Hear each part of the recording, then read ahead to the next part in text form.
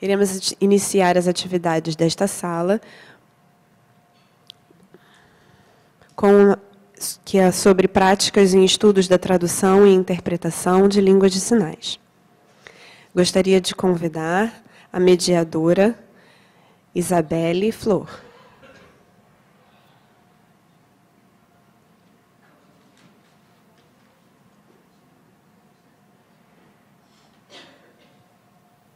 Bom dia. Ontem nós já discutimos diversos assuntos sobre interpretação e tradução.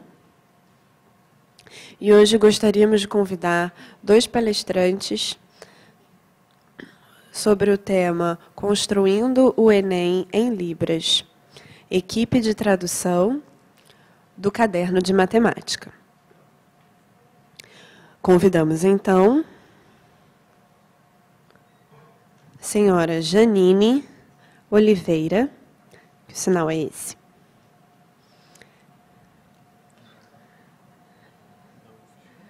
Ela trabalha na UFSC e é doutora em Linguística, também na UFSC. É professora de Libras, não, do Letras Libras, na UFSC. Convidamos Janine. Bem-vinda. Convidamos também para compor o professor Rodrigo Machado. O sinal dele é este. Ele é doutorando em Linguística na UFAL. É professor do Letras Libras na UFC. Bem-vindo, Rodrigo. Eles estarão se apresentando durante o tempo de 40 minutos.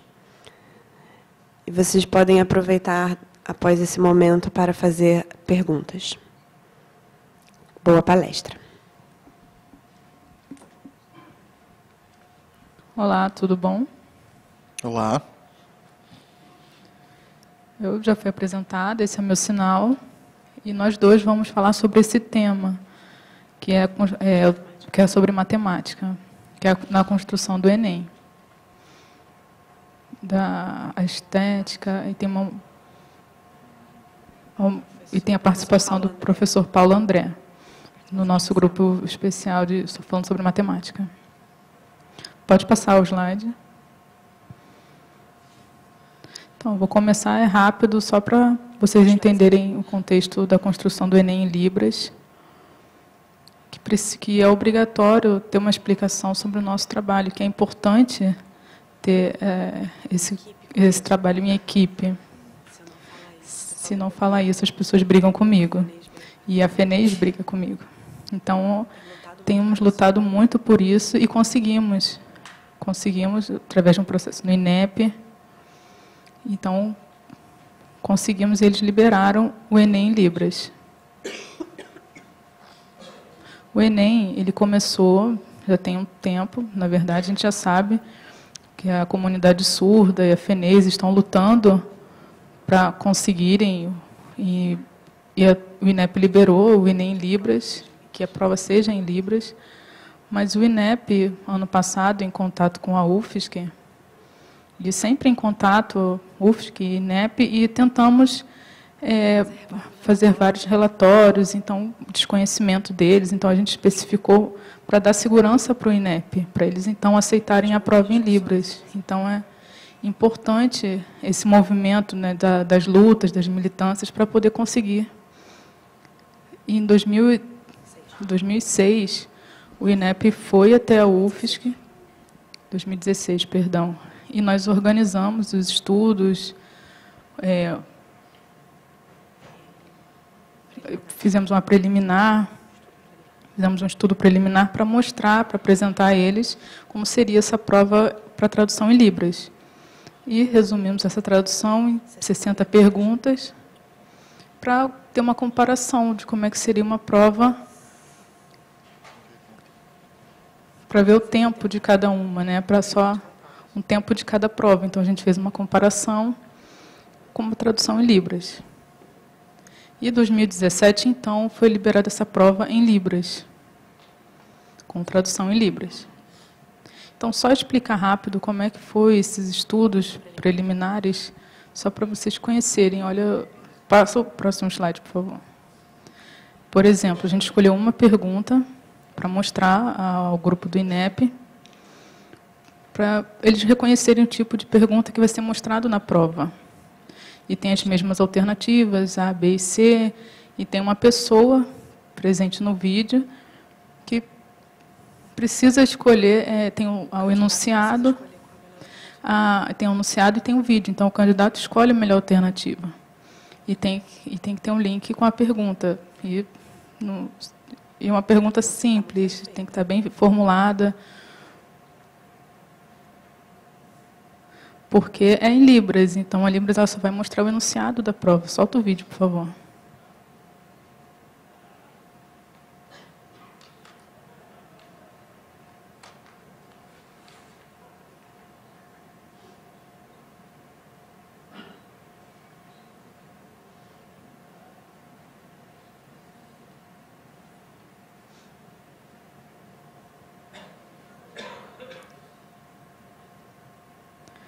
Se o objetivo é que o aluno decore o enunciado, então não vai adiantar a tradução em Libras. Então, eles têm que ter essa consciência de que é só passar informação. Então, nossos estudos mostraram todas essas características da tradução para o Enem em Libras. E o INEP, então, entendeu claramente o nosso projeto e a prova da tradução. Próximo slide. Aqui hoje, a gente está comentando sobre matemática, então eu só vou mostrar algumas curiosidades sobre a equipe geral. Então, as pessoas olham e vêem o vídeo, a apresentadora, e não vê quem está por trás dessa produção, a equipe que está por trás. Na equipe tem o coordenador do INEP, os coordenadores, tem os coordenadores da Comissão de Libras, tem os tradutores, que aparecem no vídeo das provas, os supervisores, os revisores. E o que é a supervisão?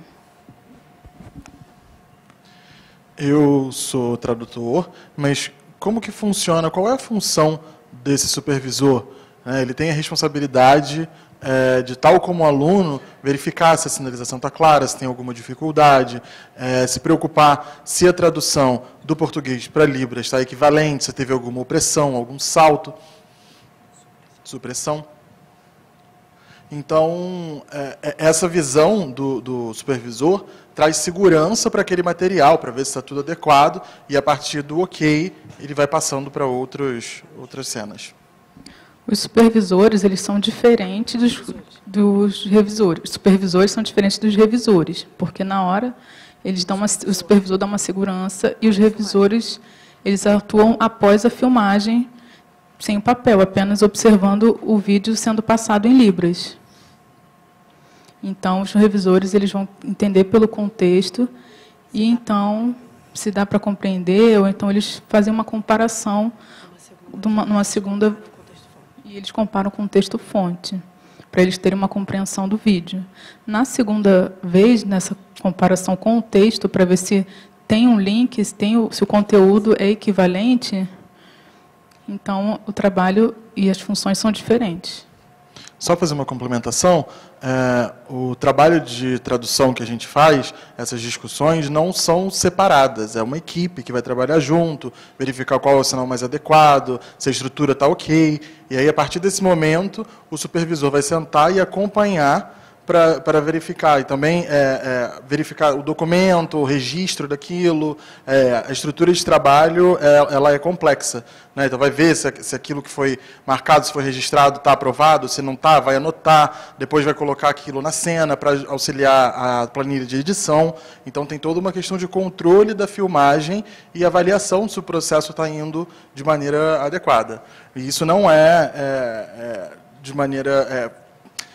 fora daquele processo, ele está dentro daquele processo. O revisor está num processo separado para verificar posteriormente e ver quais são os problemas, e aí para a equipe, de novo, discutir, ver as traduções, mas o tradutor e o supervisor trabalham juntos. A revisão é que acontece separadamente. Isso mesmo, perfeito. E tem também os cinegrafistas, os editores, os programadores, que programa o sistema das provas, e os intérpretes. E tem o grupo do INEP, que tem vários que também estão aprendendo Libras, então tem essa troca com os intérpretes. Próximo slide. Então, o grupo hoje da equipe de matemática começou em 2017 com 2 tradutores e um supervisor de tradução, um cinegrafista, um revisor e um editor-produtor. Então, o tema é construindo, porque ele começou em 2017, a primeira vez apenas como simulação, como observando para ver como é que seria no ano seguinte. Próximo slide. Em 2017, nós fizemos esse enunciado com um texto base e apenas um tradutor, fazendo esse enunciado no texto base. E depois o enunciado em si, o mesmo tradutor, e após as alternativas, seria um tradutor diferente. Então, teria a atuação de 2 tradutores, isso em 2017, quando começou. Ok. Esse layout, né, que seria da prova de 2017 do Enem.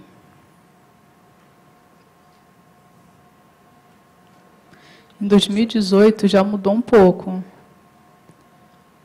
Então, percebemos que em 2017 haviam 2 ouvintes e apenas um surdo.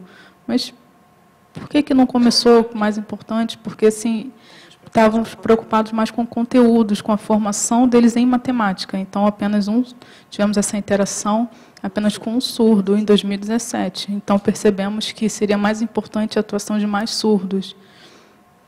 E o conteúdo básico, os revisores, os supervisores, poderiam garantir. Mas como é que seria a fluência? Então, a gente percebeu, refletimos que deveria ter uma troca, para ser mais clara para o entendimento do aluno. E também sentimos, em 2017, que o surdo atuava sozinho, se sentia sozinho. Então, ele olhava o conteúdo e não gostava, não se interessava. Então, e não tinha outra sugestão, porque ele era sozinho na equipe. Então, ele não tinha como conversar. Então, em 2018, chamamos o Rodrigo.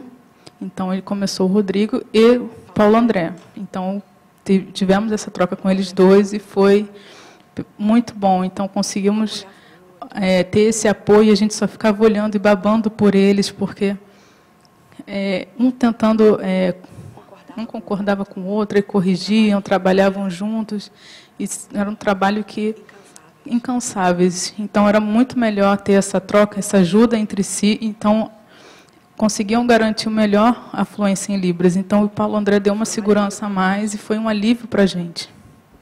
Então, conta para a gente como é que foi a sua experiência. Eu trabalhei pela primeira vez como tradutor. Eu já tinha umas experiências de tradução, interpretação, com SI, de português para Libras também, mas de tradução, né, de português para Libras, eu já tinha outras experiências acadêmicas, mas quando me convidaram para participar do Enem, eu comecei a trabalhar em 2017, não foi na equipe de matemática, foi na Ciências Humanas e Natureza. E a minha formação é original de geografia, né? Então, eu tenho experiência nessa área para trabalhar. Foi em 2017 que eu fiz isso. Em 2018, eu passei para a equipe de matemática e a minha experiência foi boa, foi muito importante a presença dessas 2 pessoas surdas, inclusive. Isso que a gente falou de supervisão, do conceito, eu e o Paulo André, a gente trabalhava juntos, pegava os conceitos, pedia para a Janine, explica esse conceito para a gente, e aí a gente verificava, então, como que esse surdo que está lá fora vai entender, né? A gente tentava se colocar no lugar do surdo para verificar, a gente às vezes discutia, veria, não, esse aqui talvez seja uma maneira melhor, ou não essa.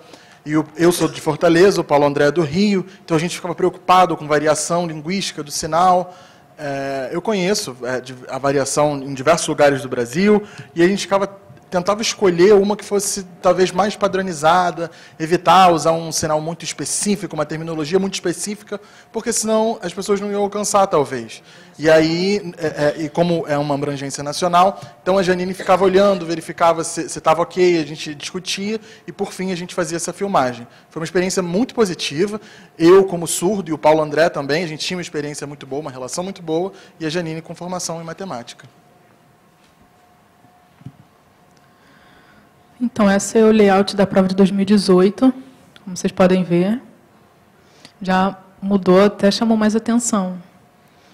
Porque em 2017, quando a gente criou, não tivemos nada. Então, teve que criar um sistema, a gente criou do zero, tudo.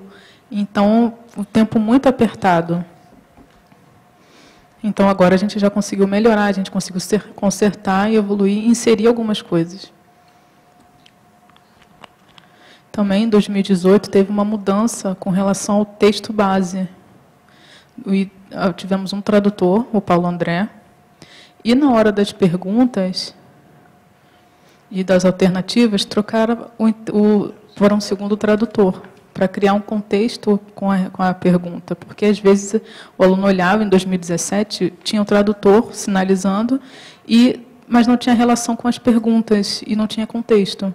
Então, agora, com a mesma pergunta e a mesma pessoa fazendo as alternativas, já cria um contexto e um entendimento melhor para o aluno. Fica mais coeso. Então, hoje, em 2019, tivemos algumas mudanças e algumas complementações. Em 2017, 2018, só havia apenas um supervisor e um corretor, e um revisor, perdão.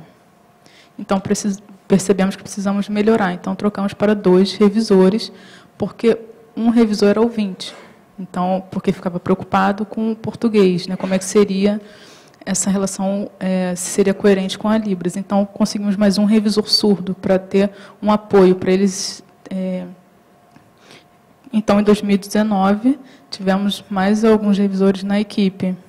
E um revisor ouvinte, igual ele explicou, e separado tinha um segundo revisor, que também revisava, e depois esses 2 sentavam juntos para interagir, e depois sentavam e fazia a tradução e feedback para a equipe. Então, respeitava as etapas.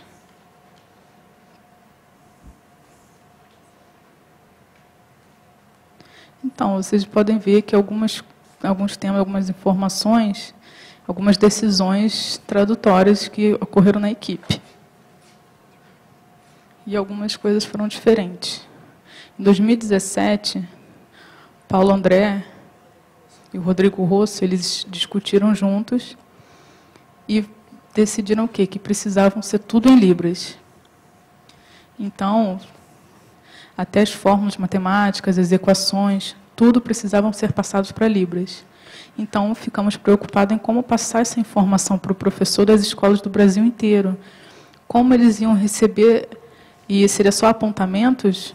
Não, precisavam ter as explicações também em Libras, que isso era muito importante. Então, em 2017, a gente começou com essa exigência. E também com o uso de imagens, o uso de formas geométricas, descritas tudo em Libras.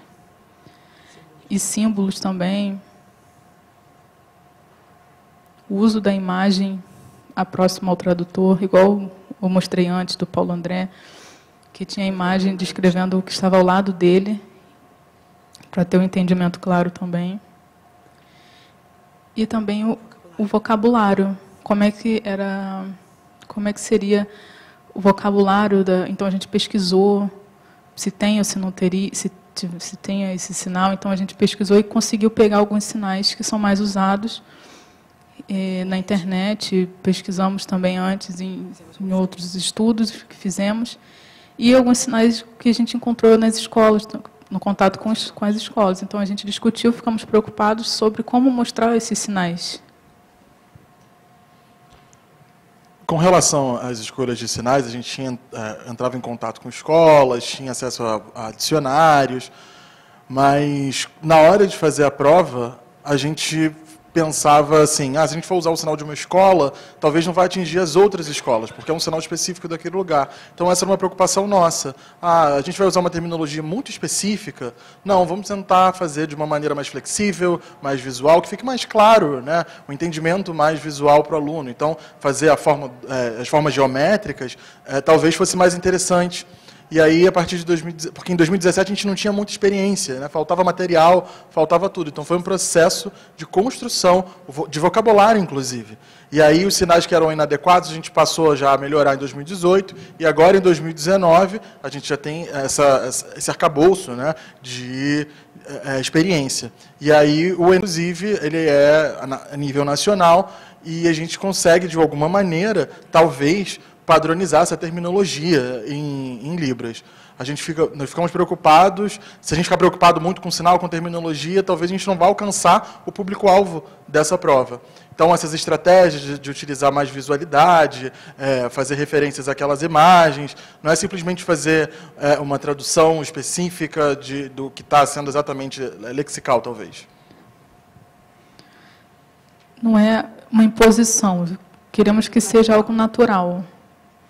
Agora que eu vou mostrar alguma novidade sobre o glossário, que a gente queria que tivesse uma ligação, um feedback, porque, infelizmente, a gente não pode falar para a comunidade surda, enviar alguma coisa e depois esconder por conta da prova, né? Então, é uma característica da prova, do sigilo. A prova tem que ter sigilo, então a gente espera ter esse feedback após. Isso que ela está falando é verdade, porque durante o trabalho a gente ficava um pouco angustiado, porque a gente pensava assim, poxa, mas eu queria poder pesquisar, mas a gente perguntar, talvez, mas a gente não tem ideia de qual é o conteúdo, do que vai ser trabalhado, a gente só sabe na hora. E quando a gente descobre, a gente não pode ter contato com ninguém sobre aquilo, porque é um trabalho sigiloso. Então, a gente não pode fazer nenhuma pergunta, é uma responsabilidade muito grande para a equipe. A gente não pode prejudicar o processo de nenhuma forma. A gente tem que garantir a idoneidade desse processo. Então, pensar nos sinais, nas estratégias, depois dá um alívio muito grande, e aí a gente busca para tentar, talvez, aplicar no ano seguinte, né? Mas essa troca com a comunidade, infelizmente, não pode acontecer por conta do processo sigiloso naquele momento específico de produção da prova. Não, volta um slide. Isso, falta só explicar a questão do espelhamento. Então, a gente já criou várias discussões, mas, na verdade, já temos experiência com alguns tradutores e percebemos que a prova do vestibular da UFSC precisa de espelhamento do vídeo, porque já estão acostumados a ver a imagem de frente. Então, alguns surdos tradutores perceberam essa necessidade. E um tradutor surdo de geografia da UFSC, ele falou que não precisa ter esse espelhamento, porque o surdo já está acostumado lá do Nordeste, que precisa. E então a pessoa já sabe a posição no vídeo, então não precisa desse espelhamento. Mas não é bem assim. Lá no Nordeste, a gente mostra o vídeo desse lado da tela. Então, quando eles olham no lado oposto. Então, aí quando vê a prova diferente, um papel, a posição é diferente, então eles têm que acompanhar. Eles ficam acompanhando, então fica confuso o que fica no enunciado. Então, principalmente estruturas matemáticas. Então, quando são retas, então como é que parece que fica confuso quando ele olha com as questões.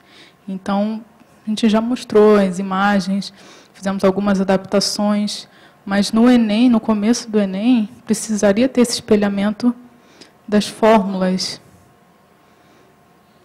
Então, todo mundo sofreu, me xingaram, tiveram várias discussões. Tive tendinite para fazer a questão das fórmulas matemáticas, então, para ser tudo mais visual. Porque matemática, a questão dos números, eles têm que ser posicional. Então, o número 100, por exemplo, se for espelhado, ele vai ver ao contrário, 001. Então, precisa ter um contexto. Então, quando ele vai ler o enunciado, vai ser... então, ele vai ter que ler corretamente 100. Ah, então ele vai ter que fazer com a esquerda, então vou ter que mudar. Então ele já está acostumado. Na sinalização eu uso a mão direita como dominante, mas quando você tem aquele número que aparece ali, eu precisava utilizar a esquerda, e eu tinha dificuldade para fazer essa sinalização com a esquerda. Então, quando eu fazia o número, eu fazia com a esquerda e não era confortável. Ficar bem no vídeo, mas não era confortável. Eu tinha que trocar a mão por conta da alternativa que vinha da esquerda para a direita. Então, eu, quando tinha que sinalizar, tinha que mudar a minha mão dominante para que a leitura fosse adequada, fosse relacionada com aquilo que estava no vídeo. Porque o processo cognitivo da pessoa ia ficar mais leve, inclusive, daquele candidato. Então, ela tem que olhar a Libras, tem que entender o português também? Não. Ela já ia seguir um processo que seria mais natural se a gente fizesse com a outra mão. E aí, em outros contextos, a gente não fazia, né? Fazia com a mão dominante. Usava também a soletração na parte do tronco, né, evitava fazer a soletração na frente do rosto, usava a parte do tronco, de blusa preta, e aí a supervisão ficava observando para ver se estava tudo ok, se os ângulos também estavam ok para visualização no vídeo. Então a gente via tudo isso direitinho, porque a tradução, usando o espaço, a gente precisava fazer tudo de maneira adequada. Então, qualquer ângulo errado ia atrapalhar o sentido, a compreensão do sentido. Então, o texto, quando a gente falou do tradutor 1 e do tradutor 2, a sinalização que o Paulo fizesse, o espaço que ele utilizasse, eu utilizaria o mesmo. Então, o espaço que ele fizesse, se eu modificasse qualquer coisa, ia haver prejuízo na compreensão por parte daquele aluno, do candidato. Então, para ter coesão naquela questão, precisava copiar, inclusive, os mesmos espaços. Então, eu não podia esperar o Paulo filmar, e depois que ele filmasse, eu de fora, e aí eu vinha e filmava. Não, eu acompanhava a filmagem. A Janine supervisionando, olhando os dois, e na hora que as nossas gravações terminavam, a gente dava o ok da cena ou não. E aí, quando eu ia fazer a sinalização, o Paulo André também acompanhava as filmagens. Então, no momento dele, eu não estava liberado para depois voltar. Eu acompanhava sempre nós três trabalhando juntos, porque é uma responsabilidade do uso do espaço, desse espelhamento, do uso da mão dominante ou não dominante. Então, é um trabalho complexo. Isso mesmo. Nosso trabalho é dar conforto para o candidato, para o aluno que está fazendo a prova. Porque ele já vai estar preocupado com o tempo de prova, já vai estar preocupado em responder corretamente, ainda vai ter que ter preocupação em fazer essas adaptações. Não, é muito trabalho. Então, a gente fez esse espelhamento e achamos que foi positivo.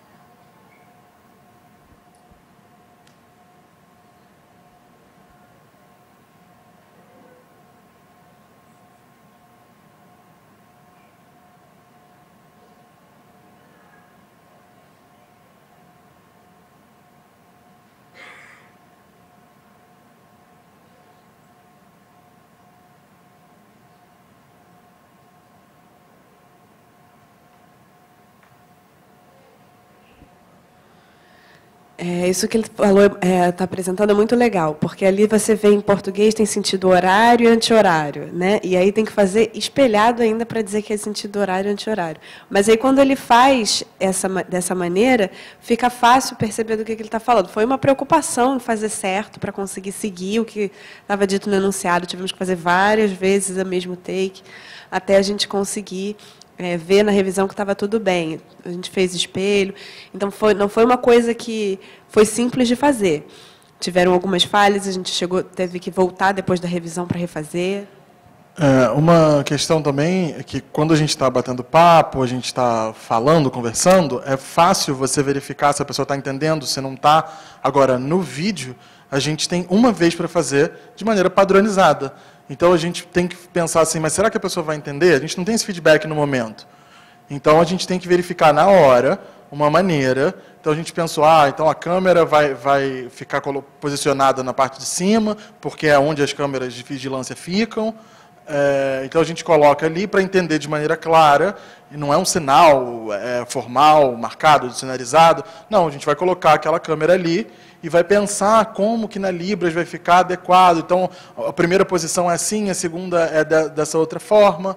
porque se a gente fizer de uma maneira mais distraída, talvez não fique tão claro. Então, quando a gente pensa, organiza de que forma vai mexer a mão, né? Inclusive as duas mãos têm que estar em sincronia, né?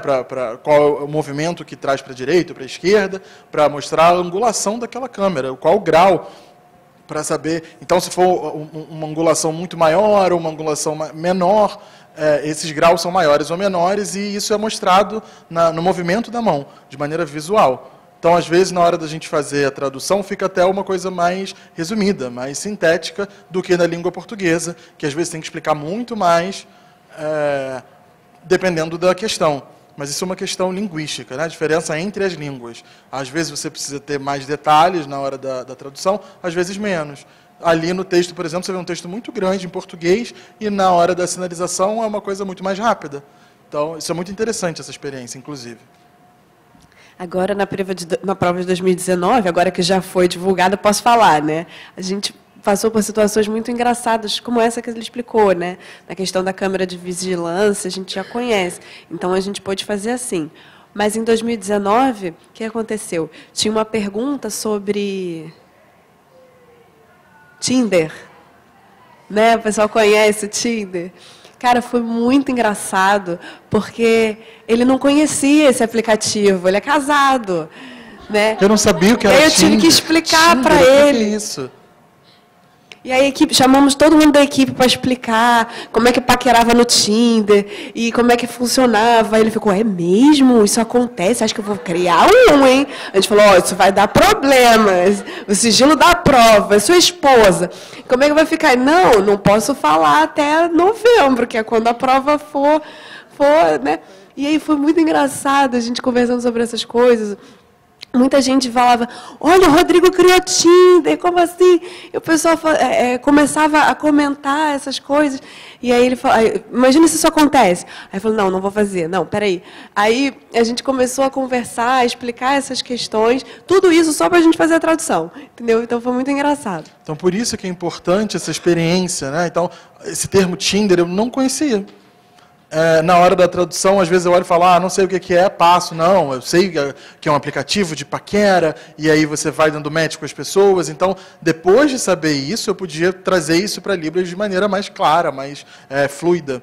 E aí, na hora, eu perguntei assim, você já teve experiência com isso? Já usou Tinder? E aí a gente começou a trocar experiências particulares ali, e isso foi interessante. Né? Aí você paquera, é fácil, não é? Aí você sabe passear com a pessoa, tem pessoas que são boas, tem lugares que são legais, você já usou, e aí a gente foi trocando essas experiências, e a partir disso, eu pude organizar melhor a minha sinalização, o uso do espaço, em como funcionavam as atualizações ali do aplicativo. Eu também não tinha Tinder, tive que chamar várias pessoas da equipe que já tinham experiência para explicar, né? Mas foi muito legal, foi muito engraçado essa interação, novidade, né? Pode passar. E aí, novidades no glossário. Então, em 2017 e 2018, a gente não teve glossário, a gente não fez isso, porque estava muito no início, era um processo muito inicial. Em 2017 a gente fez o vídeo, 2018 também, e agora a gente organizou um glossário para auxiliar as pessoas, né, terminologias específicas. Então a gente organizou, já está liberado? Acho que em janeiro que vai liberar. Então, a gente vai mostrar algumas coisas, é um trabalho que já está completo, o glossário já está pronto. A gente escolheu alguns para mostrar para vocês, alguns exemplos.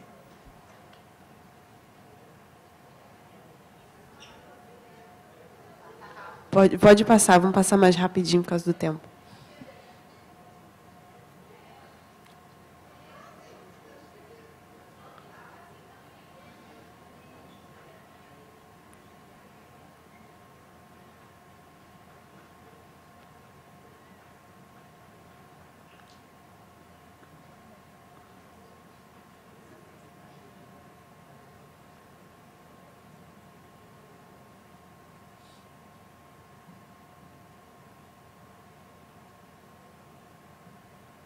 Ok. A gente ficou discutindo sobre como a gente faria, porque às vezes a gente tem alguns problemas de tradução do português para Libras, e tem muitas influências do português que dificultam, às vezes, a gente fazer o glossário com uma palavra só do português, quando ela pode ter vários equivalentes diferentes. A gente já passou por isso um monte de vezes. E, às vezes, a gente sente que o contexto pode fazer com que o sinal que seja necessário seja diferente. Então, a gente pensou em mostrar isso no glossário com maneiras diferentes. Deixamos pensando numa estrutura melhor, é um aprendizado para a gente também. E a gente trouxe aqui alguns exemplos, né, do significado de aumentar, né, como que ele pode ser mostrado. Pode passar?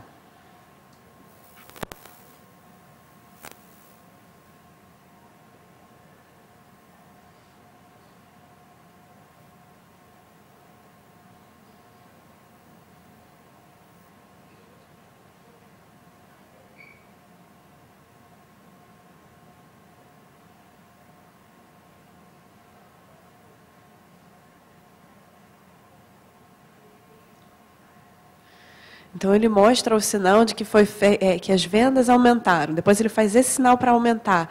Depois, tem outro que ele faz assim, para fazer o comparativo entre um e o outro. Então, são várias estratégias diferentes. Pode passar?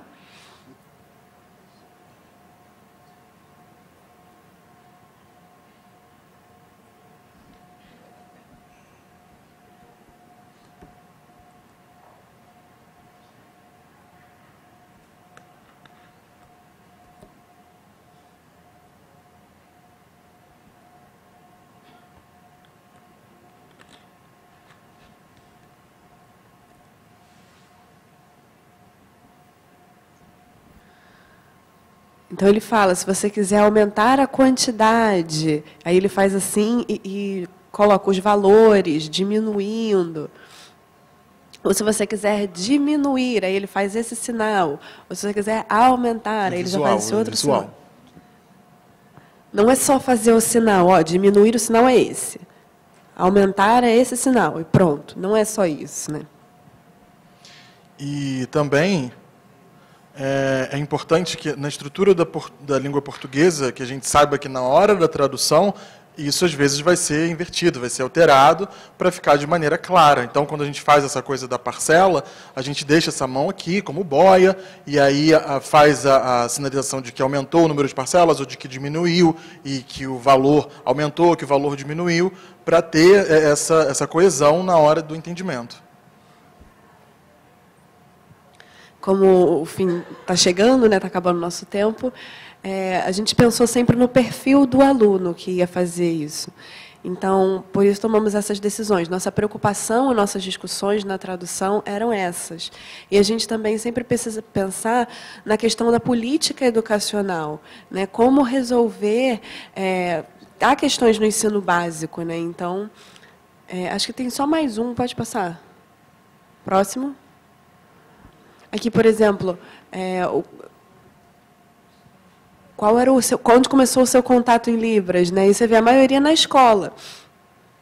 Como que o surdo vai ter contato com Libras na escola?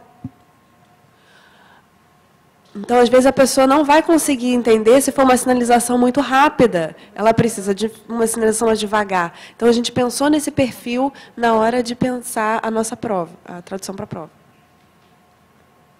Qual o tipo de escola que você estudou no ensino fundamental?